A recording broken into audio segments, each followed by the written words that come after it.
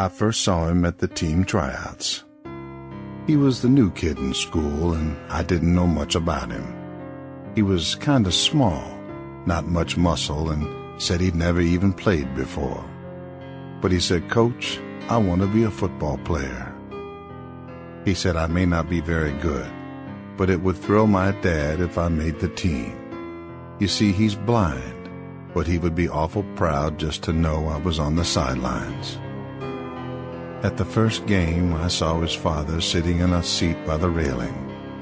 Throughout the game, the boy kept his eye on his father, making sure he was okay.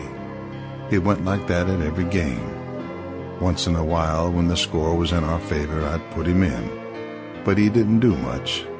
I think mainly because he didn't seem to be concentrating on the game. He kept turning his head to watch his father and make sure he was okay. The week before our last game of the season, his father passed away. He didn't come to school that whole week, so I didn't expect him to show up for the final game, but he did. And as we walked out on the field, he stopped me and said, "Coach, please put me in the game." It was a bad time to ask, as we were losing, but I had a feeling that something real special was about to happen, and it did. In all my years of coaching, I never saw anyone play like that kid did that day. Up and down the field he ran with the ball. No one could stop him. And because of him, we won the game. And as the team and the fans celebrated on the field, he turned and looked at that empty seat.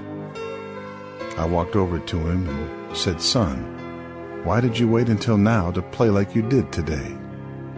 With a tear in his eye, he looked up at me and said, "Because, Coach, today was the first day my dad got to see me play."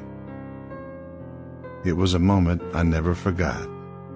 And when I think back to that day, I smile a little, because I know a proud father was looking down that day and finally got to see his son, the football player.